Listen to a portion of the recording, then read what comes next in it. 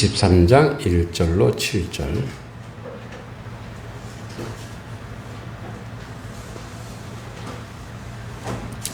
이사야 23장 1절로 7절입니다. 교독하겠습니다. 두로에 관한 경고라. 다시스 베드라, 너희는 슬피 부르짖을지어다. 두로가 항무하여 집이 없고 들어갈 곳도 없으며 이 소식이 깃딤 땅에서부터 그들에게 전파되었음이라. 바다에 언니하는 죽은 사람들로 말미암아 두려워하게 된 너의 해변 주민들아 잠잠. 시홀의 곡식 곧 나일의 추수를 큰 물로 수송하여 드렸으니 열국의 시장이 되었도다. 시돈이여 너는 부끄러워할지어다. 애너하라고 바다의 요새가 말하기를 나는 산고를 겪지 못하였으며 출산하지 못하였으며 청년들은 양육지도 못하였으며 소녀들은 생육지도 못하였다 하였다. 그 소식이 애굽에 이르면 그들이 두로의 소식으로 말미암아 고통받으리로다. 너희는 다시시로 건너갈지어다. 해변 주민아 너희를 슬피 부르짖을지어다. 함께 이것이 옛날에 건설된 너희 희락의 성 곧 그 백성이 자기 발로 먼 지방까지 가서 머물던 성읍이냐. 아멘. 어떻게 보면 이스라엘 주변에 있는 나라들은 진짜 어떻게 보면 이스라엘 때문에 하나님한테 괜히 매맞는 그렇지 않을까 이런 생각이 듭니다. 오늘 이제 두로와 시돈인데 이 두로와 시돈은 이렇게 이제 여기 지중해가 있죠. 지중해가 있으면 여기가 이제 이렇게 여기가 요단이죠. 갈릴리, 그 다음에 이제 사해. 갈릴리가 있고 사해가 있어요. 이렇게. 여기 이제 이쪽이에요. 여기 위쪽이 아마 위쪽이 시돈이고 여기가 시돈이고 여기가 두로예요. 두로. 그러니까 우리로 치면 인천과 부산이에요. 부산. 항구 도시예요. 근데 이제 이 지중해가 이렇게 이쪽에 이집트나 다른 나라랑 이제 무역을 많이 하니까 사실은 그 무역을 많이 하게 되면 거기 항구가 도시가 되고 도시로서 형성을 하면서 부를 축적하게 되죠, 사실은. 그래서 이제 우리나라로 반도죠. 이게 삼면이 바다로 되어 있잖아요. 이것이 굉장히 아주 상당히 많은 이점을 가지고 있죠. 그래서 이 역사적 배경을 좀 보면 이 두로에 대한 하나님의 심판을 23장 1절과 7절은 예언하고 있는데 고대 이제 지중해 동부 해안에 위치해 있죠. 두로는 지금 여기 레바논이죠. 레바논. 두로는 레바논 남부, 그죠? 남부, 그 다음에 중부 이렇게 있어요.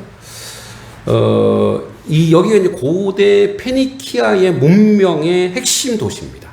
핵심 도시인데, 그래서 해상 무역의 중심이죠. 그래서 강력한 도시 국가예요. 그래서 두로는 이제 상업과 무역의 중심지였는데 여기에 나일강 유역에서 생산한 곡식, 이제 나일강에서 오는 생산해서 바다 뱃길로 오는 곡식, 스페인의 은과 금, 그리고 또 이 레바논의 산의 목재, 이 다양한 상품들이 곡식 이런 상품들이 여기서 거래되었죠.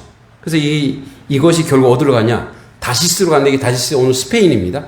다시스로 이렇게 무역하고 이제 수입하고 무역하고, 그러니까 이 유통을 굉장히 많이 하게 되는 거죠. 그러니까 번영과 또 여기서 유명한 고가의 자주색 염료, 이제 자주 색감 내는 이런 것들도 유명했고, 그래서 아주 희귀하고 고급스럽고, 그래서 사치가 굉장히 있었던 왕족과 귀족들 사이에 인기가 많은 제품들이 여기서 다 나오는 거예요. 그러니까 이로 인해서 두로는 많은 부를 축적했죠. 그리고 상업적으로도 성공했고 정치 경제적으로 막강한 영향력을 행사한 거예요. 두로도. 그리고 이 두로가 있는데 원래 시돈이 더 큰 도시였어요. 그러니까 시돈이 생기면서 두로가 생긴 거거든요. 근데 이제 지금은 두로가 더 막강해진 거죠. 이사야 때는. 근데 시돈도 마찬가지인데 이 시돈도 이제 동일한 도시로 굉장한 어떤 무역을 하면서 막강한 부를 이룬 거죠. 그러니까 오늘 이사야 23장은 이 부분에 있어서 경고하는 거예요. 그래서 오늘 이사야 본문인 기원전 8세기니까 BC 700년 정도 됐을 때 이스라엘과 유다 왕국뿐 아니라 주변 국가들이 아주 중요한 시기였는데 이 아수르 제국이 이제 강성해지면서 그 위에서 아수르 강성해지면서 이 시돈과 두로를 치기 시작하는 거예요. 예. 그러니까 두로와 시돈이 치니까 두로와 시돈과 무역을 했던 애굽, 이집트, 그죠? 다시스, 스페인 여기도 위험해지기 시작하는 거예요. 그래서 아시리아가 이제 두로와 시돈을 몰락시킵니다. 이제 그러다 잠시 재건합니다만 결국은 기원전 332년 그러니까 이사야가 경고하고 난 뒤에 300년 뒤에 유명한 대왕이 여기를 침략합니다. 알렉산더 대왕이 결국 침략해서 이 두로와 시돈은 멸망하게 되어 이사야가 예언이 그대로 적중하게 되는 거죠. 자, 그래서 오늘 이제 본문을 보면 오늘 말씀 제목을 제가 이렇게 잡았어요. 삶이 허무해질 때, 예, 삶이 허무해질 때. 자, 여러분 이제 모든 인생은 허무함을 경험합니다. 그죠? 그러니까 두 종류예요. 막 번영해도 더 이상 이룰 것이 없어도 목적이 없어지면 허무해지는 거예요. 예. 목적이 없어지면 허무해지죠. 그리고 너무 삶이 힘들어도 허무해져요. 야, 이렇게 해도 안 돼요. 저렇게 안 돼요. 그건 뭐야? 허무하구나. 허무라고 하는 것은 사실은 이런 거예요. 뭐와 유사하냐면 시편 1편에 바람에 나는 겨예요. 바람에 나는 겨. 그죠? 우리 시편 1편 잘 알죠? 자, 복 있는 사람은 악인의 길을 쫓지 아니하며 죄인의 길에 서지 않으며 하면서 하다가 악인은 뭐냐면 바람에 나는 겨와 같아요. 바람이 훅 불면 어떻게 해요? 그 겨는 날아가죠. 근데 알곡은 안 날아가죠. 그러니까 이쪽으로 바람이 불면 이쪽으로 갔다가 저쪽으로 바람이 저쪽. 그래서 뭐예요? 사람이 좋아하는 탕류라 그러죠. 풍류, 탕류. 예. 또는 뭐 홍진. 옛날 말에 그래요. 홍진, 붉은 먼지. 그러니까 세상적 탕류. 아주 그 뭡니까? 이렇게 오염된 물. 그러니까 쫓아가는 거예요. 세상을 쫓아가는 뭐가 없죠? 자, 이 허무의 목적이 없는 거예요. 목적을 달성했는데, 그러니까 이 세상에서 내가 목적을 달성했는데 더 이상 이룰 게 없다. 이런 사람도 허무해져요. 근데 그 목적은 자기죠. 자기 만족인 거죠. 지금 여기 두로와 시돈이 그렇단 말이에요. 사람들이 번영할 때도 번영하고 잘 살 때로 잘 사는 거죠. 여러분, 현대인의 질병, 가장 많은 걸 차지하고 있는 것이 우울감. 예, 그죠? 우울감. 옛날에는 이게 거의 없죠. 왜냐하면 먹고 살아야 돼. 너무 긴박해. 그렇기 때문에 이런 병이 없죠. 근데 있긴 했겠지만 그것조차 할 정도의 그것이 사치였겠죠. 조선시대에도 우울증 앓는 선비가 있었어요. 그 유명한 박지원, 열하일기를 쓴 박지원이 왕족이거든요. 이 몸도 비대하고 상당히 우울증을 앓다가 중국을 여행하면서 그 우울증을 치료하고 거리에 나가면서 사람들을 만나면서 그래서 우울증 같은 경우는 집에 혼자 있으면 안 돼요. 사람을 만나야 돼. 사람을 만나서 대화하고 소통하면서 그렇게 하면서 이제 고쳐 나가는 거죠. 그러니까 이제 이 번영의 허무함이 있습니다. 예. 우리가 살아가면서 가끔씩 겪게 되는 감정 중에 하나가 허무함인데, 노력과 수고가 아무런 결과를 내지 못할 때, 열심히 했는데도 좌절당할 때, 그죠? 또 쌓아온 것이 한순간에 무너질 때, 그리고 뭔가를 이루었다가 했는데 더 이상 목표가 없을 때, 그죠? 그 두로는 지중해 연안에서 가장 번영한 도시였고, 그들의 부와 명성은 모든 나라에 알려졌고, 그리고 상업적으로도 성공해서 두로는 강력한 해상 제국을 자랑했어요. 그러나 하나님의 심판이 그들에게 임하자 그들은 한순간에 모든 것을 잃게 되었어요. 그들의 삶은 허무하게 변해버린 거죠. 자, 우리 1절부터 3절 다시 한번 읽어보겠습니다. 시작. 두로에 관한 경고라. 다시스 베드라 너희는 슬피 부르짖을지어다. 두로가 항무하여 집이 없고 들어갈 곳도 없으며 이 소식이 깃딤 땅에서부터 그들에게 전파되었습니다. 바다에 왕래하는 시돈 상인들로 말미암아 부유하게 된 너희 해변 주민들아 잠잠하라. 시홀의 곡식 곧 나일의 추수로부터 큰 물로 수송하여 들였으나 열국의 시장이 되었다. 그러니까 너희들이 화려해. 너희들이 아주 아름다워. 그래서 25장 1절, 23장 1절에서는 하나님께서 두로의 멸망을 선포하시는 장면을 보는데 해상무역을 통해 엄청난 부를 축적한 도시다 이거예요. 그죠? 번영은 대단했습니다. 자, 그래서 이들이 이제 상업적 번영이 결국 하나님 앞에서 아무런 힘을 발휘하지 못하는 거예요. 두로가 의지했던 모든 경제적 기반, 상업적 성공 한순간에 무너졌습니다. 그들의 번영은 영원하지 않았음을 깨닫게 되죠. 여러분, 우리가 이럴 때가 있었죠, 우리도. 제가 기억하는 것은 1997년 IMF. 그죠? 내가 평생 직장이야. 평생, 우리가 한번 회사에 들어가면은 은퇴할 때까지 거기 있는 것이 상례였고, 그래서 대기업에 들어가는 것이 자랑이었고, 그랬단 말이에요. 근데 IMF 터지면서 어떻게 해요? 정리해고되면서 그다음부터, 직장도 거기가 철밥통이 아니구나. 직장도 내가 거기 있는 것이 다가 아니구나. 그래서 많은 사람들이 자기들이 의지했던 것이 영원하지 않구나라는 것을 그때 깨달은 거예요. 그때. 그러면서 그 당시에 나라에서 이제 어떻게든 구제 금융하면서 막 해도 사실은 많은 부분에 있어서 그 당시 자살하는 사람도 많았고 그게 만몬을 의지한 거예요. 사람을 의지한 거죠. 저는 그렇게 봐요. 그러니까 너무 번영하고 너무 번성하다 보니까 이제 그 당시에 80년, 90년, 2000년까지 우리나라가 얼마나 경제 성장을 이루었습니까? 그러다가 나라가 빈털터리가 되는 순간, 그 순간은 엄청나게 많은 사람들이 충격을 받고 고통을 느끼고 절망하는 거죠. 그래서 이제 그런 경제적 개혁을 이루고 어려움을 당한 속에서, 근데 저는 그게 이제 역설적으로 저는 그게 또 다른 축복이라고 봐요.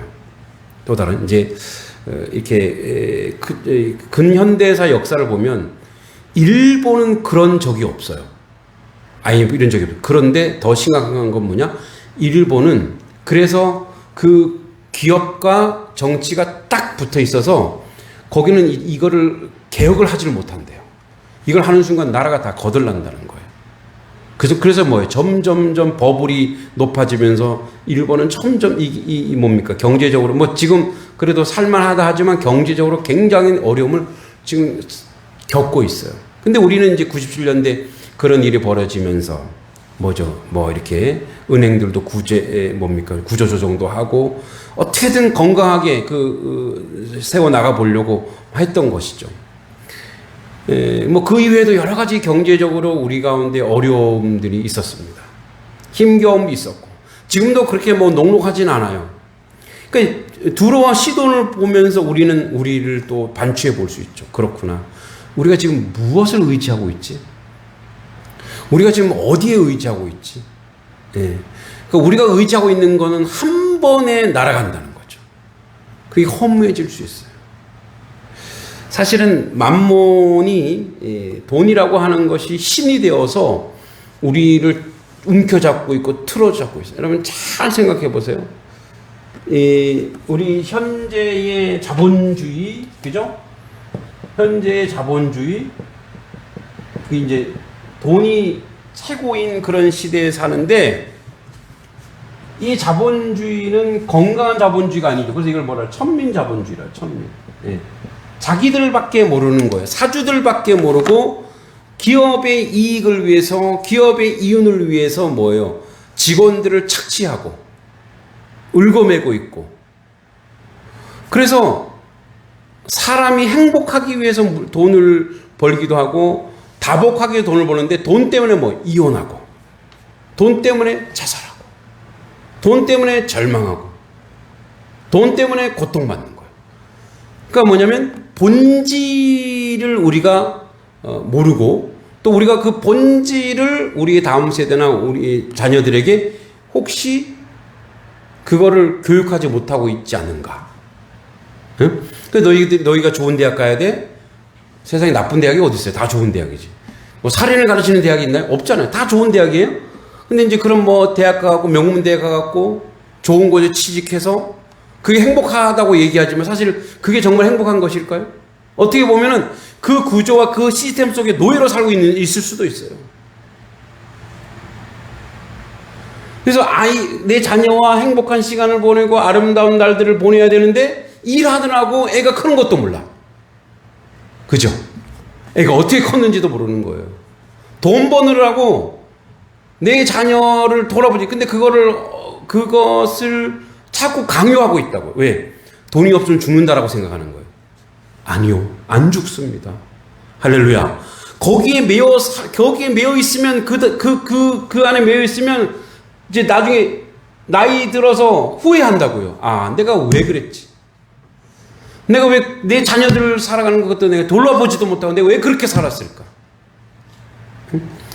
그러니까 이런 시스템, 이 자본주의라고 하는 이 천민 자본주의 이 시스템 속에서 이 흐름 속에서 여기서 벗어나면 여기서 바깥으로 나가면 죽는 것처럼 여겨지는 거예요. 하나님은 그렇지 않는다고요. 다시 여기 보면은 뭡니까? 두로와 시돈을 보세요. 그렇게 자기들이 이게 바벨탑하고 똑같잖아. 막 공을 들여 쌓고 쌓는데 하나님이 한 번에 싹 무너뜨릴 수 있다고요. 내가 돈 했는데 그래서 내가 조금만 더 벌고 그래서 집도 짓고 뭐도 하고 행복하게 해서 우리 잘 살자 했는데 결국은 그때가 뭐 하나님 버리시면 어떻게 할 거예요? 그 인생은 어떻게 할 거냐? 얼마나 허무하고 얼마나 절망적이에요. 우리는 이런 착각할 수 있어요. 또는 사탄이 심어줄 수도 있어요. 나한테 이 정도 돈이 있으면 행복하겠지. 절대 물질은 인생을 행복하게 하지 않아요. 물론 편한 건 있을 수 있어요. 불편하지 않게는 할 수 있어요. 그러나 인생을 행복하게 해주지는 않아요. 잘 보세요. 로또 당첨된 사람 99%가 다 망해요. 도리어 예전보다 더 큰 빚을 져요. 한 번에 물질이 쏟아지잖아요. 그걸 감당 못하는 거예요. 그게 뭐가 돼요? 무기가 됩니다. 그래서 물질은 관리할 수 있는 사람이어야 돼요. 어떻게? 선하게 쓰는 거예요. 남을 돕기도 하고 이렇게 쓰는 거예요. 그런 사람에게 건강한 물질을 하나님이 주시는 줄 믿습니다. 그게 하나님의 은혜예요. 그러니까 보세요. 이런 속에서 우리가 이 속에서 벗어나지 못하는 거예요. 조금만 더 깊이 묵상하고 조금만 더 생각해 보면 믿음의 은혜 가운데 그래서 또 이런 것들을 우리가 우리 아이들에게도 심어주고 있지 않는 거. 야, 이렇게 해서 너 취직해야 돼. 너 놀고 있으면 뭐하니? 한 푼이라도 벌어야지. 이게 뭐죠? 자본적 생각이에요. 자본적 생각. 우리나라가 얼마나 교육에서 우리 다음 세대 그렇게 길렀는지 뭐라고 써 있냐면 옛날에 교육인적 자원부라고 썼어요. 여러분 아시죠? 교육인적 자원부. 들어보셨죠? 지금 저만 얘기하는 거예요? 자, 들어보셨죠? 그러니까 교육을 가르치는 데가 인적 자원이래요. 사람을 뭐로 쓰는 거예요? 사람을 도구화 시켜버리는 거예요. 인격이 아니고 인품이 아니고 뭐예요? 돈 버는 기계, 기술, 기능하는 사람. 물론 그렇게 해서 생산적으로 할 수 있어요. 그러나 그거는 사람이 먼저 돼야죠. 응? 그래서 요즘에 왜 인문학 하는지 아세요? 너무나 산업이 발달되고 너무나 기술이 최첨단되면서 인격이 말살됐기 때문에 그래요. 인정이 없게 되고 배려가 없고 이의가 없는 사회가 되어버렸단 말이에요. 그러니까 얼마나 사람을 도구화시켰으면 인적 자원이라고. 인적 자원. 되게 좋아 보이죠? 근데 이게 바로 뭐예요? 산업화, 이 자본화의 그 뭡니까? 폐. 그러니까 이런 우리가 의지하고 있는 모든 하나님이 다 쓰러뜨려 버린다고요. 4절 시도니아 너는 부끄러워할지어다. 그죠? 바다 곧 바다의 요새가 말하기를 나는 상고를 겪지 못하였으며 출산하지 못하였으며 청년들을 양육하지도 못하였으며 처녀들을 생육하지도 못하였다 하였습니다. 예. 그래서 솔직히 애굽에 이르렀어. 그러니까 뭐야? 생산성이 없고 전부 다 소비한다는 거죠. 소모한다는 거죠. 그래서 애굽에 이르고 이집트에도 이르고 두로의 소식으로 말미암아 고통.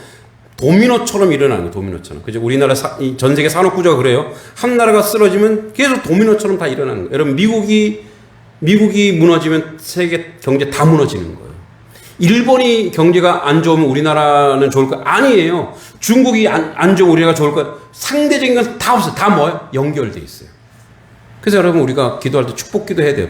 이 주변에 이웃 나라가 복받게 기도해야 돼요. 한 곳이 무너지면 다 무너져 있는다고요.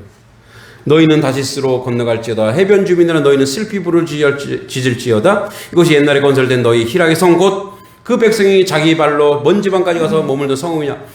이게 황폐화돼서 나중에 여기 우리 성이었구나. 응? 여러분 고려 시대 때 고려가 망했을 때 야한 길제라 이런 사람들이 고려가 망한 걸 보고 뭐라고 기억했어요? 산천은 변함없는데 의구한데 인걸은 간데 없구나. 고려 망한 다음에 고려의 신하들이 자연은 변함이 없어. 근데 뭐야? 사람이 없구나. 없는 게 아니라 사람이 바뀐 거죠. 조선 사람이 되어버린 거예요. 그거 똑같아요. 두로와 시돈이 그랬단 말이에요. 우리 그렇게 화려했는데, 우리 그렇게 번성했는데 다 어디 갔지?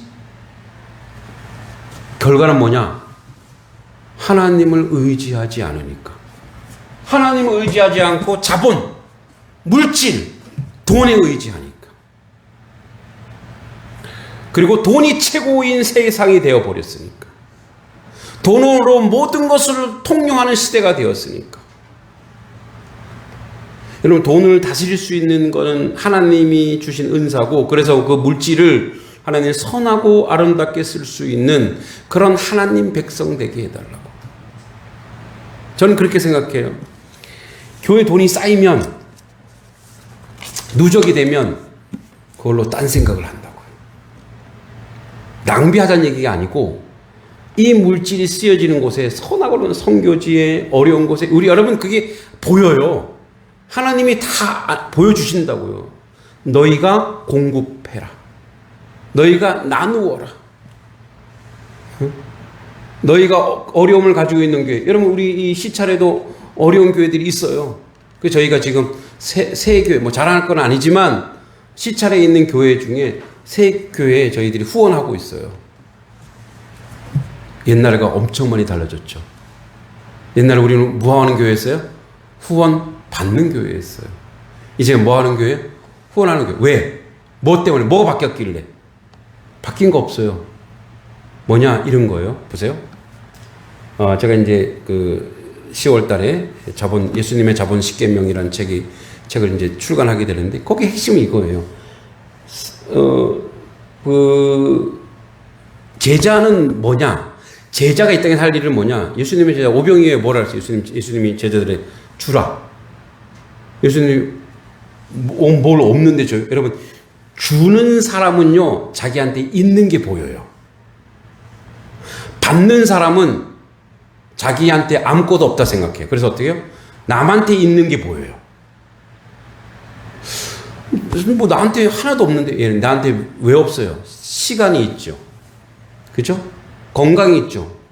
물질이 작지만 작은 물질에도 있잖아요.